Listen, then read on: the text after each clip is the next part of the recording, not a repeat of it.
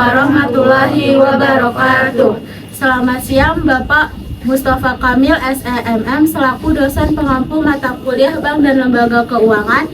Pada kesempatan kali ini kami dari kelompok 1 akan menyampaikan materi pertemuan 6 yaitu tentang perbankan syariah.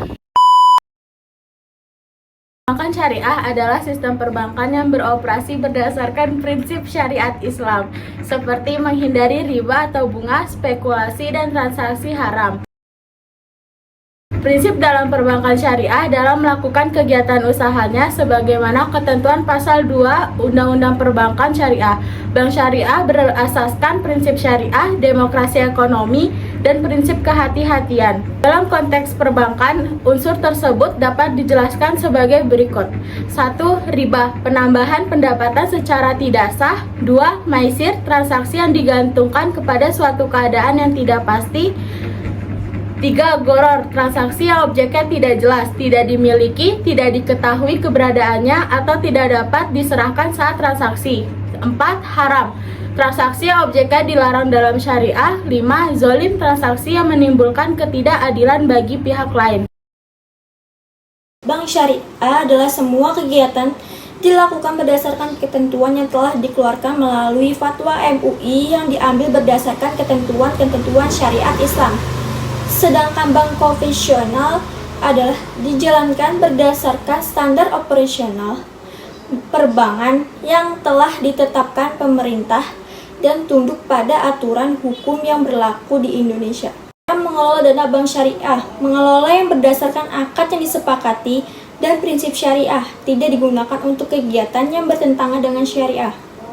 Sedangkan bank konvensional mengelola dana secara bebas untuk berbagai kegiatan yang dianggap aman dan menguntungkan.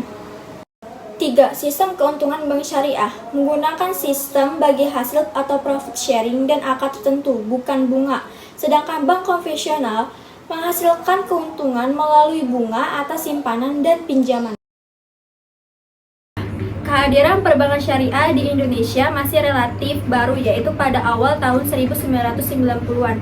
Namun, diskusi akan hal ini telah dimulai pada awal tahun 1980-an. Sedangkan prakarsa untuk mendirikan bank syariah di Indonesia dilakukan oleh Majelis Ulama Indonesia (MUI) pada 18-20 Agustus 1990.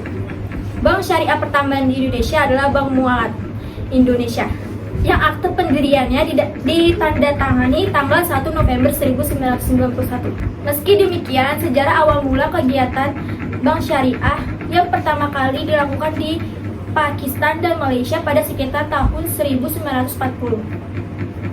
Kemudian di Mesir pada tahun 1963 berdiri Islamic Rural Bank di desa LT Gamer Bank.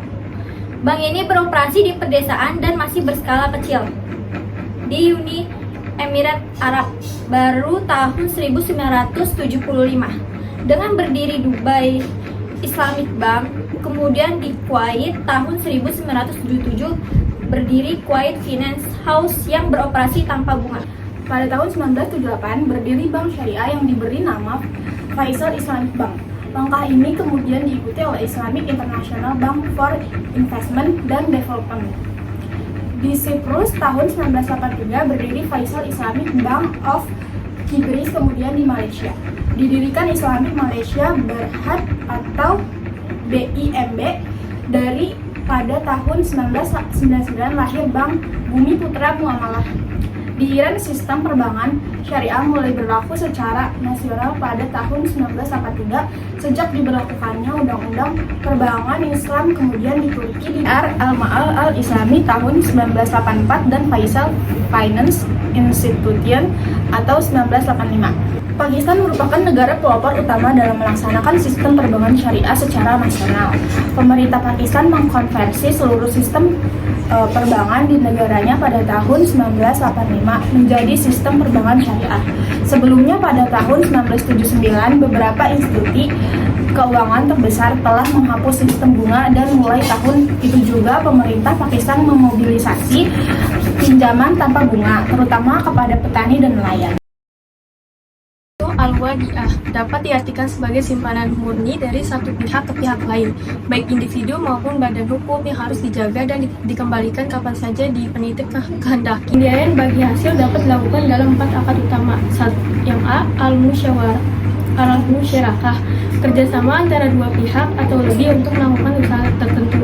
Masing-masing pihak memberikan dana atau amal dengan kesepakatan bahwa keuntungan atau resiko akan ditanggung bersama sesuai kesepakatan. B. Al-mudrabah, akad kerjasama di mana pihak pertama menyediakan modal dengan pihak lain menjadi pengelolanya. Keuntungan dibagi menjadi kesepakatan yang dituangkan dalam kontrak. Al-Muza'arah merupakan kerjasama pengelolaan pertanian antara pemilik lahan dengan pengarap.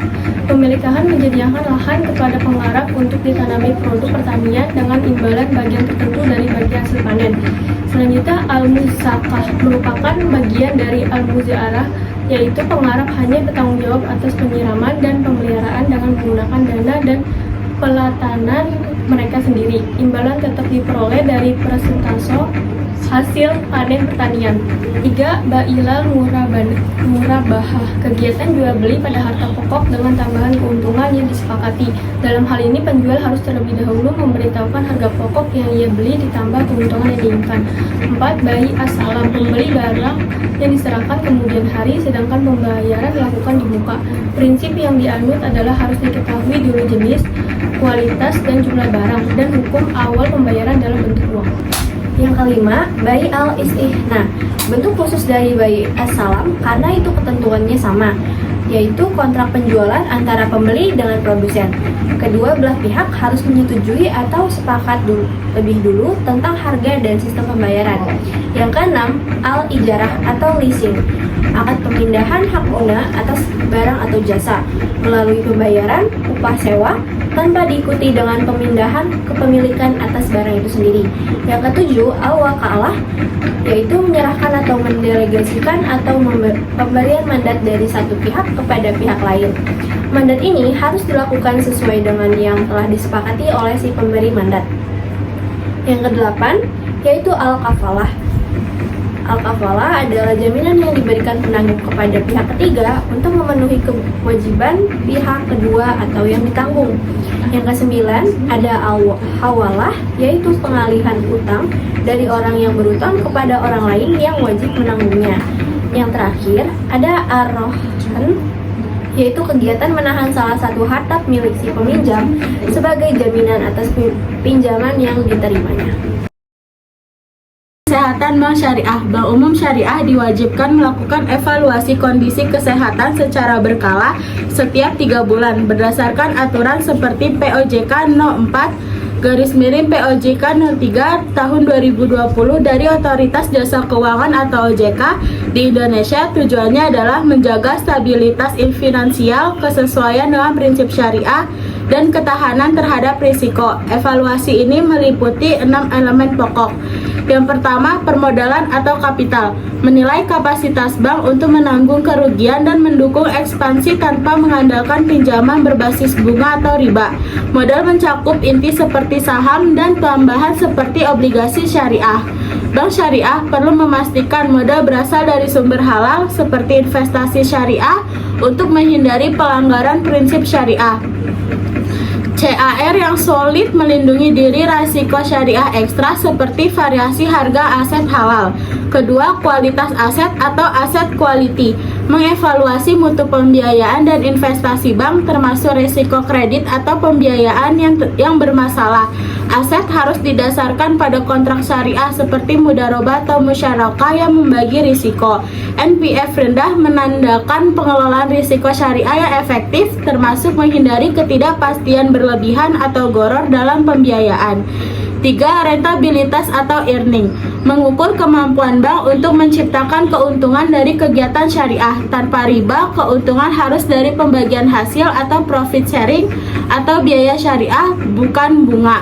Indikator ini memastikan bank syariah tetap kompetitif dan lestari dalam ekonomi Islam. 4. Ada likuiditas atau liquidity, kemampuan bank untuk memenuhi kewajiban jangka pendek tanpa harus menjual aset secara paksa. Likuiditas dikelola melalui instrumen syariah seperti wadiyah atau penitipan atau qard atau pinjaman tanpa bunga. Ini krusial karena bank syariah sering bergantung pada deposito syariah yang tidak menawarkan bunga tetap. Yang kelima, sensitivitas terhadap resiko pasar atau sensitivity to market risk, yaitu mengukur kerentanan bank terhadap perubahan pasar seperti fluktuasi suku bunga, nilai mata uang, atau harga komoditas. Risiko pasar lebih rumit akibat larangan spekulasi atau maisir. Bank syariah harus menggunakan lindung nilai syariah seperti tawarruk untuk mengelola risiko, menjaga stabilitas di pasar yang tidak stabil. Yang keenam, ada manajemen, yaitu menilai kualitas pengelolaan, kepemimpinan, dan sistem pengendalian risiko. Pengelolaan harus menjamin keputusan syariah total, termasuk audit syariah rutin dan pelatihan karyawan. Elemen ini penting karena bank syariah sangat bergantung pada kepercayaan komunitas muslim. 3. Rahasia bank, karena kegiatan usaha bank adalah mengelola uang masyarakat, maka bank wajib pula menjaga kepercayaan yang diberikan. Dengan kata lain, bank harus menjaga rahasia tentang keadaan keuangan nasabah. Kewajiban menjaga rahasia bank gugur apabila 1. Untuk kepentingan perpajakan, 2. Untuk penyelesaian piutang bank yang sudah diserahkan kepada Badan Urusan Piutang Negara atau Badan Urusan Piutang Negara. 3. Untuk kepentingan peradilan. 4. Dalam rangka tukar menukar informasi antar bank. Demikian penyampaian materi dari kelompok kami mengenai materi perbankan syariah. Mohon maaf apabila ada kesalahan dalam penyampaian materi kami. Terima kasih atas perhatiannya. Wassalamualaikum warahmatullahi wabarakatuh.